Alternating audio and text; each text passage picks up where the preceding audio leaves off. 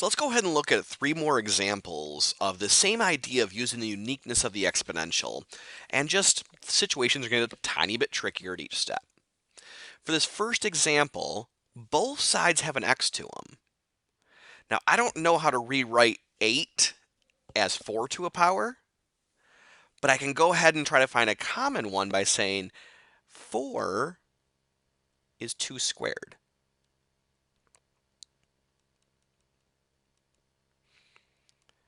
Eight is 2 cubed. So again, when you raise a power to a power, you multiply the powers. So really my powers are 2 times x plus 3 and 3x. And in both cases, the base is 2. So because both bases are 2, I can look at just the exponents and say those exponents must be equal. And then solve this equation. So to solve this, we distribute. I'd subtract the 2x to the other side. So x is 6. Moving on to the next example. Now this one, look at where the x is at.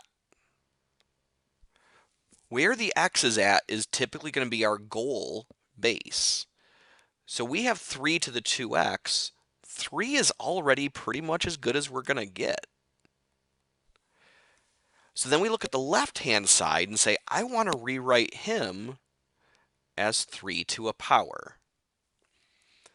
Now the fact that he's a fraction tells me I want a negative power, because negative means take the reciprocal or put it on the bottom. So we know it's negative, and then 3 to the third power is 27.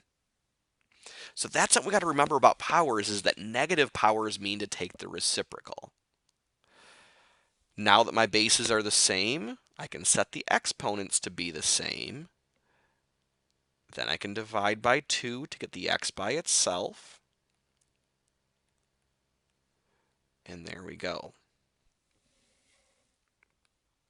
Now, one other minor example that I didn't actually put into the notes, but let's just do it real quick, is to say, what if I had something like 2 to the 3x equals, let's say, 1.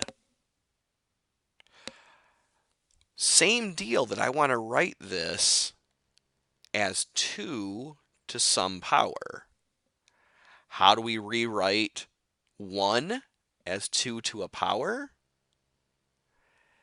Anything to the 0 power is 1.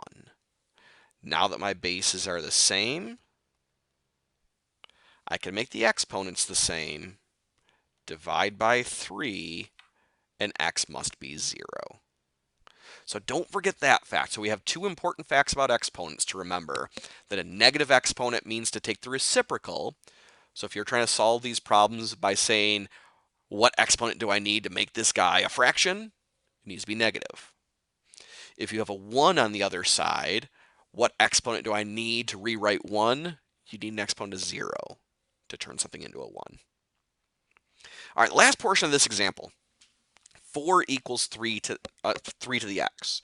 So if we kind of do the same thing of saying 3 to the x is as good as I can get, so I know that I need 3 to some power. 3 to what power gets me 4? How do I do that? I don't know. That's the point of why we need to be able to undo an exponential. I can't use the uniqueness of the exponential to solve that equation there. I can't rewrite 4 as 3 to a power. 3 to the first is 3, 3 to the second is 9.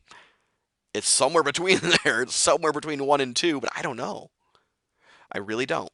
So I need a way to undo 3 to a power. I need to undo the exponential function of 3 to the x. That's what I need to be able to do, and that's why we're going to continue on in this unit and talk about the inverse of the exponential. We'll eventually come back to this problem and we'll be able to solve it. Then we'll learn how to put it in the calculator to get some sort of decimal approximation to it. But for now, we just don't know.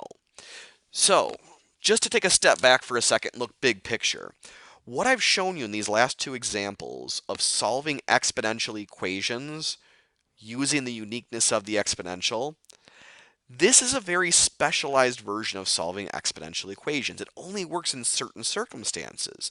It only works if we can write both sides with the same base. So this is similar, not the same, but similar to when you're solving quadratic equations, that if your quadratic was factorable with the other side 0, that was easy. So it's something you always look for and say, let me start every problem off looking to say, can I factor it? If I can't, I'm going to use the quadratic formula.